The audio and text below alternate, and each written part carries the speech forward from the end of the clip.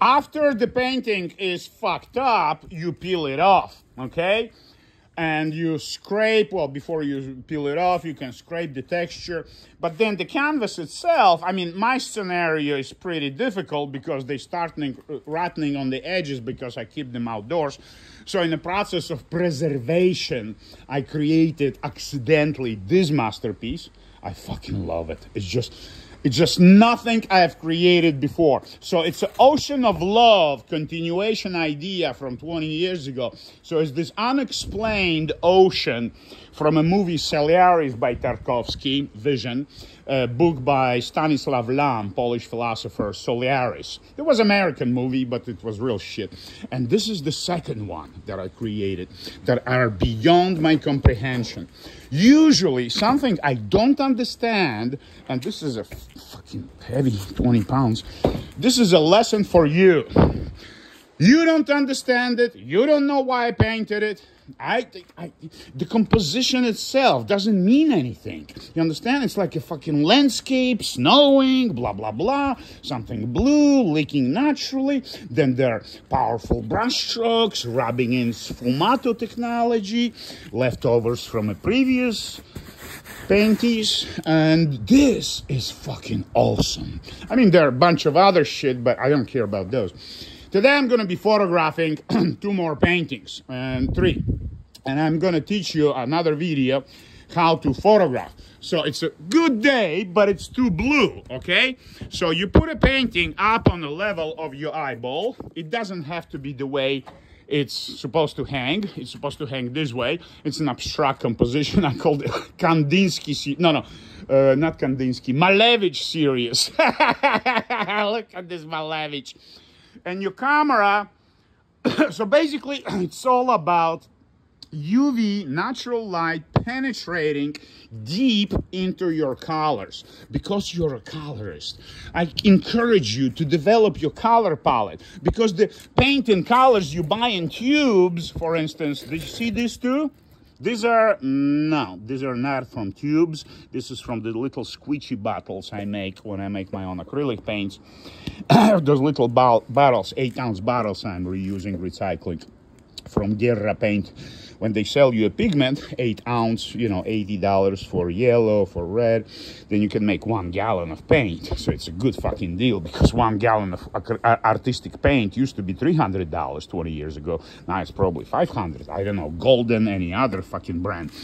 And they're shit. I know I fucked the girl who is one of the co-owners or inheritance of Golden. Real pretty. I'll show you photographs some other day. So the color from the tube is a material to create infinite complexity of colors. This is the definition. This is your objective. So when you paint, your palette needs to be the size of a dining table. I threw away my dining palette. It's in the trash. I'll show you later.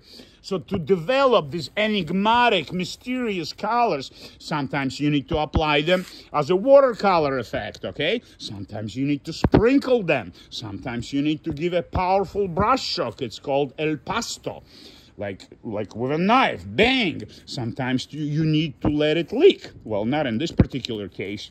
In this case, I'm trying to fucking restore this piece. I mean, I already annihilated most of the elements, and I'm going to annihilate that painting completely. Because last night, everything is clean in my shed. This is where I'm going to store the paintings when my house goes for sale. But maybe I'll talk to David, the Chinese owner of this house, who allows me to paint here for over 2 years, 5 years. And maybe I can store it here. Nobody lives here. So I'm going to annihilate this because it has food elements. And the fucking rat was grumbling last night at 3 o'clock at night. I was painting here. So obviously the rat came back. It lived there all winter. My girlfriend told me not to put couscous on my paintings, but I did. So artists do what girlfriends say don't. Never do what your mother told you to do, okay? This needs a crossbar. You see, it's so fucking big and it's so fucking heavy. It's taller than all of those paintings. So I am 6 feet and 1, and this shit is 7 feet. Well, it's tall. That one is even bigger. So it needs a crossbar, or else in the process of moving transportation, it might get fucked, and I don't want to do that shit like changing the crossbar. Like I remember I came to New York 1988.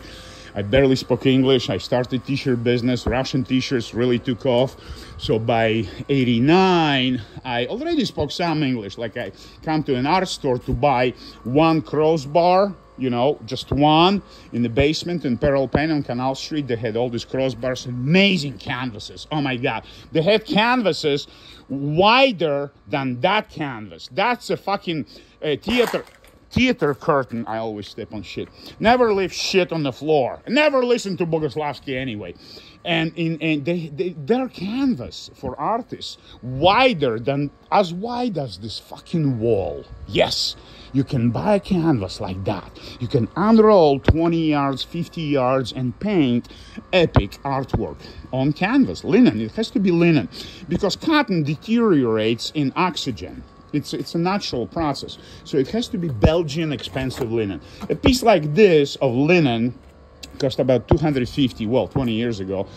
I haven't bought any because I'm stuck up. I always stuck up. When I have a good year, like a lot of paintings got sold, good cash flow, I stuck up. I don't buy real estate. I don't invest. I'm not a spender. I don't need anything. I don't need Lamborghini. Give me Nobel Prize. I'll tell you to go fuck yourself. I stack up on brushes and pigment. Pigment, the actual yellow powder, red powder, blue powder, these three colors. That's all you need to create the infinite. How many colors God needed to create the infinite universe? 3. I'm kidding.